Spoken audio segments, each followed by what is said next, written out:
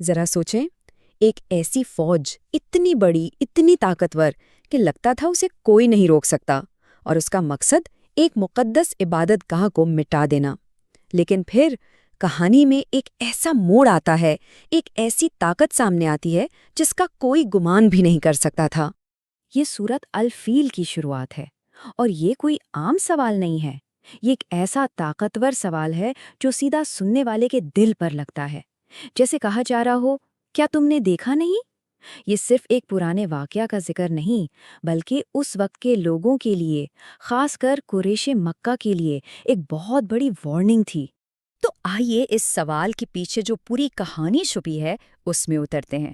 ہم بات کر رہے ہیں 6 صدی کی، ایک ایسا دور جو بڑی بڑی سلطنتیں بن اور بکڑ رہی تھیں، اور بادشاہوں کے عزائم بہت بلند تھے۔ اچھا، اس پوری کہانی کو ٹھیک سے سمجھنے کے لیے ہمیں 2 الگ الگ وقتوں کو دیکھنا ہوگا۔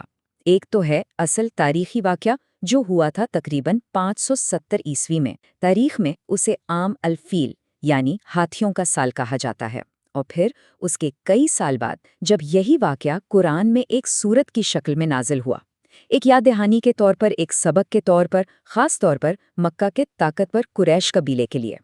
تو اس کہانی کا جو مین کیریکٹر ہے وہ ہے ابرہہ، ایک بہت ہی طاقتور اور ایمبیشس حکمران جس نے یہ ٹھان لی تھی کہ وہ عرب کے روحانی مرکز یعنی کعبہ کی اہمیت کو ختم کر دے گا۔ اور اس نے اس کام کے لیے جو فوج تیار کی، روایات کہتی ہیں کہ اس میں 1,00,000 سپاہی تھے۔ آپ سوچیں ذرا، اس زمانے میں 1,00,000 کی فوج، یہ تعداد ہی کسی کے بھی دل میں خوف پیدا کرنے کے لیے کافی تھی۔ اور اس فوج کی سب سے بڑی طاقت کیا تھی؟ جنگی ہاتھی۔ یہ اس دور کے ٹینک تھے، اور ان 13 ہاتھیوں میں جو سب سے آگے تھا اس کا نام تھا محمود۔ تو سوال یہ ہے کہ آخر اتنی بڑی طاقت، اتنی بڑی فوج کشی کی وجہ کیا تھی؟ اس کے پیچھے اصل میں حسد، غرور اور ایک بہت گہری سازش تھی۔ دیکھیے، ابرہہ نے صنعاء میں القلیس نام کا ایک بہت ہی شاندار عالی شان چرچ بنوایا تھا۔ اس کا منصوبہ یہ تھا کہ عرب کے لوگ کعبہ کا حج چھوڑ کر اس کے چرچ کی طرف آنے لگے۔ قرآن اس کے اسی منصوبے کو، اس کی پوری پلاننگ کو قید یعنی ایک گہری چال کہتا ہے۔ لیکن آیت پوچھتی ہے، کیا اللہ نے اس کی چال کو بھٹکا نہیں دیا؟ یہاں ہمیں 2 طاقتوں کا ٹکراؤ صاف نظر آتا ہے۔ ایک طرف ابرہہ کا پورا جیو پولیٹیکل اور اکنامک منصوبہ تھا، اور دوسری طرف بس ایک سادہ سی حقیقت کہ اس گھر کا ایک مالک ہے، ایک محافظ ہے۔ تو جب ابرہہ کی یہ نہ رکنے والی فوج مکہ کے بالکل قریب پہنچ گئی اور شہر کے لوگوں کو لگا کہ اب وہ کچھ نہیں کر سکتے، تب ایک بہت ہی عجیب، ایک فیصلہ کن واقعہ پیش آیا۔ یہ ایک ڈرامائی لمحہ تھا۔ وہ ہاتھی جو ابرہہ کی طاقت کا سب سے بڑا نشان تھا، اسی نے اپنے مالک کا حکم ماننے سے انکار کر دیا۔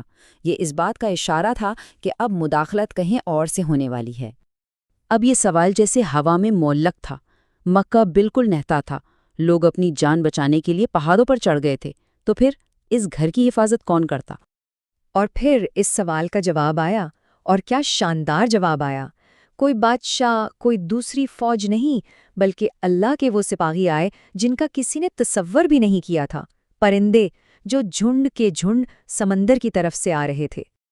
اور اب ہم اس واقعے کے کلائمیکس کی طرف بڑھتے ہیں، جہاں آسمان سے ایک ایسا معجزہ اترا جس نے تاریخ کا دھارا ہی بدل دیا۔ یہ تھا آسمانی حملہ۔ ایک طرف لاکھوں کی فوج اور جنگی ہاتھی، اور دوسری طرف یہ چھوٹے چھوٹے پرندے جن کے پاس پکی ہوئی مٹی کی کنکریاں تھیں۔ یہ کتنا بڑا تضاد ہے! ہر پرندے کے پاس 3 ننھی کنکریاں، اور ہر کنکری ایک موت کا پیغام۔ یہ حملہ اتنا پریسائز اور اتنا تباہ کن تھا کہ اس نے پوری فوج کو تہس نہس کر دیا۔ یہ منظر سوچ کر ہی رونگٹے کھڑے ہو جاتے ہیں کہ کس طرح آسمان سے آتی دہشت نے اس طاقتور فوج کو نیست و نابود کر دیا۔ اس خدائی حملے کا جو نتیجہ نکلا وہ اتنا فوری اور مکمل تھا کہ اس نے تباہی کی ایک ایسی مثال قائم کی جسے رہتی دنیا تک یاد رکھا جائے گا۔ اور یہ ہے اس سورت کی آخری آیت، جو اس پورے واقعہ کا انجام بیان کرتی ہے۔ اللہ نے اس طاقتور فوج کو ایسا کر دیا جیسے وہ جانوروں کا کھایا ہوا بھوسا ہو، بالکل بے وقت، بالکل تباہ حال۔ تو دیکھیے، ایک طرف اس فوج کی بے پناہ طاقت اور غرور تھا، اور دوسری طرف ان کا کیا حشر ہوا، ایک ذلت آمیز انجام۔ یہی اس کہانی کا سب سے بڑا سبق ہے کہ انسان کی چالیں اور منصوبے کتنے ہی بڑے کیوں نہ ہوں، اصل طاقت تو صرف اللہ کے پاس ہے۔ مکہ کے سردار عبد المطلب کا یہ مشہور جملہ ان کی ایمان کی گہرائی کو ظاہر کرتا ہے۔ جب سامنے اتنی بڑی طاقت تھی، تب بھی ان کا بھروسہ اپنے رب پر تھا، دنیاوی اسباب پر نہیں۔